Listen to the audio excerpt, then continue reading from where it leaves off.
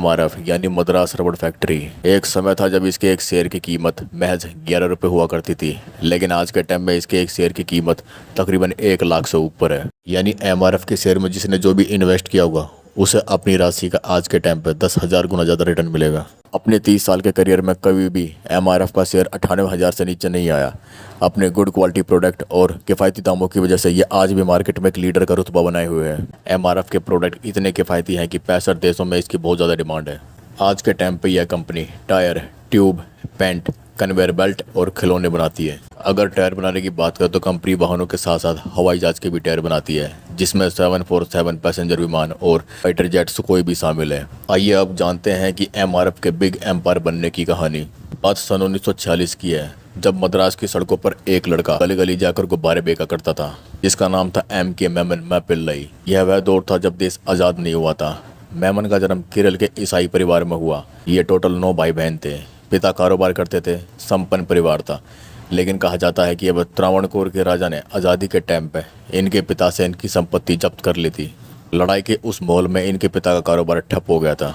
इस मुश्किल हालात को संभालने के लिए मेमन ने छोटी ही उम्र में 14,000 रुपये जोड़कर एक गुब्बारे की फैक्ट्री लगाने का काम शुरू किया। मेमन ने टीन की साइड में एक मशीन लगाकर उसमें गुब्बारे बनाते थे, उनको फिर बैग में भरते और गली गली जाकर गुब्बारे को बेचते थे। 1949 तक उसकी कंपनी ने गुब्बारों के साथ साथ कुछ खिलौने और कुछ रबड़ के ग्लव्स बनाने शुरू किए। 1952 तक आते आते उनको पता चला कि एक विदेशी कंपनी पुराने टायरों को फिर से इस्तेमाल करने के लिए एक ट्रेड रबड़ का इस्तेमाल करती है। यह ट्रेड रबड़ वह रबड़ होती है जो कि सड़क के संपर्क में आकर घिस चुकी होती है, चाहे वो टायर हो चाहे वो ट्यूब। मेमन को लगा क्यों न भारत में भी एक ट्रेड रबड़ की यूनिट स्थापित की जाए। उन्होंने अपनी जमा पूंजी इकट्ठा करके इस ट्रेड रबड़ के बिजनेस को आजमाने के लिए सोची। मेमन की यह तकनीक रंग लाई। कुछ ही समय बाद उनकी कंपनी फेमस हो गई। उस समय भारत में सिर्फ ये इकलौती कंपनी थी जो ट्रेड रबड़ बनाती थी। इस क्षेत्र में बाकी 4 कंपनियां भी थीं। कंपनी को बने सिर्फ 4 ही साल हुए थे, लेकिन उसका विस्तार इतनी तेजी से हुआ कि बाकी 4 कंपनियों को अपना काम दाम छोड़कर उल्टा विदेश भागना पड़ा। कंपनी के अच्छी क्वालिटी के प्रोडक्ट लोगों को बहुत पसंद आने लगे। जल्द ही मेमन की इस कंपनी ने 50% बाजार पर अपना पूरे तरीके से कब्जा कर लिया। बस एक यही कारण रहा जिसने विदेशी कंपनियों के पैर उखाड़ दिया और उनको भारत छोड़कर जाना पड़ा। सन 1960 में मेमन के दिमाग में टायर बनाने का विचार आया, लेकिन यह काम इतना मुश्किल था कि बिना किसी विदेशी कंपनियों की मदद के इसे कर पाना नामुमकिन था। ऐसे में एमआरएफ को अच्छी क्वालिटी के टायर बनाने के लिए विदेशी कंपनियों से मदद की बहुत ज़रूरत थी, ताकि उनसे टेक्नोलॉजी हासिल की जा सके। मेमन ने ऐसा ही किया। यूएस की एक मैन्सफील्ड टायर एंड रबड़ कंपनी एमआरएफ की मदद करने के लिए राजी हो गई। मेमन ने एक नई फैक्चरिंग यूनिट लगाई। 1961 में टायर का पहला बैच बनकर तैयार हुआ। 1967 में एमआरएफ भारत की पहली ऐसी कंपनी बनी जिसने अमेरिका में टायर भेजे थे। वहाँ टायर भेजना इसलिए भी इम्पोर्टेंट है क्योंकि अमेरिका वो पहला देश था जहाँ पर दुनिया के सबसे पहले टायर बनने शुरू हुए थे। 1973 में कंपनी ने पहली बार नायलॉन टायर बनाने की शुरुआत की। दरअसल एमआरएफ इससे पहले जो टायर बनाता था वो भारतीय सड़कों के लिए अनुकूल नहीं थे। कंपनी ने भारतीय सड़कों को ध्यान में रखते हुए इस तकनीक पर काम किया और उसमें कुछ बदलाव किए। जब भारत में मारुति 800 कार लॉन्च हुई तब एमआरएफ ने उसमें अपने नायलॉन के टायर सप्लाई किए थे। एमआरएफ को हर घर का ब्रांड बनाने के लिए कंपनी ने मार्केटिंग स्ट्रेटजी पर काम करना शुरू किया। कंपनी ने उस टाइम भारत में विज्ञापन जगत के पिता कहे जाने वाले एडिक परम से संपर्क किया। पदम इससे पहले बजाज, फेयर एंड हैंडसम और अन्य कंपनियों के लिए विज्ञापन कर चुके थे।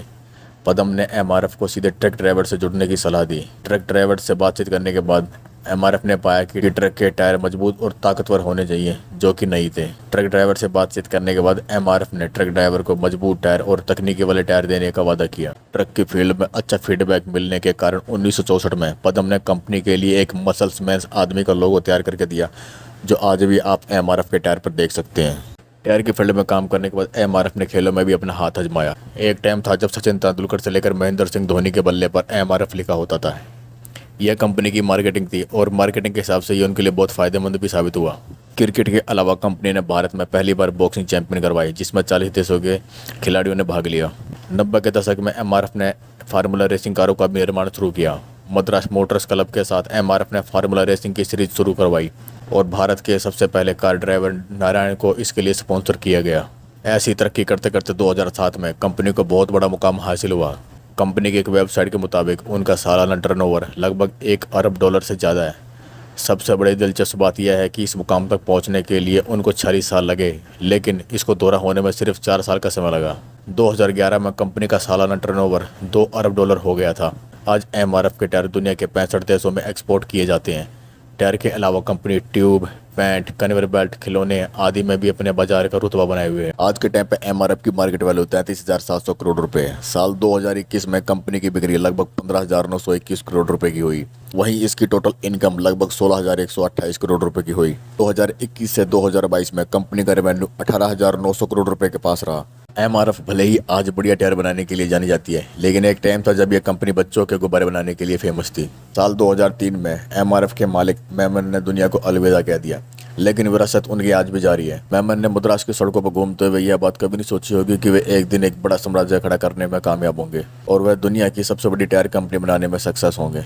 मेमन की जीवनी से हर आदमी में यह संदेश जाता है कि कोई भी बिजनेस छोटा या बड़ा नहीं होता, छोटी बड़ी होती है उसमें लगने वाली लगन और मेहनत। किसी भी बिजनेस को शुरू करने के बाद हम अपनी मेहनत और लगन से उसे किसी भी लेवल पर पहुंचा सकते हैं। आज की वीडियो में बस इतना ही। अगर आपको यह वीडियो थोड़ी इन्फॉर्मेटिव लगी हो तो चैनल को सब्सक्राइब करें, लाइक और कमेंट करके बताएं आपको ये वीडियो कैसी लगी।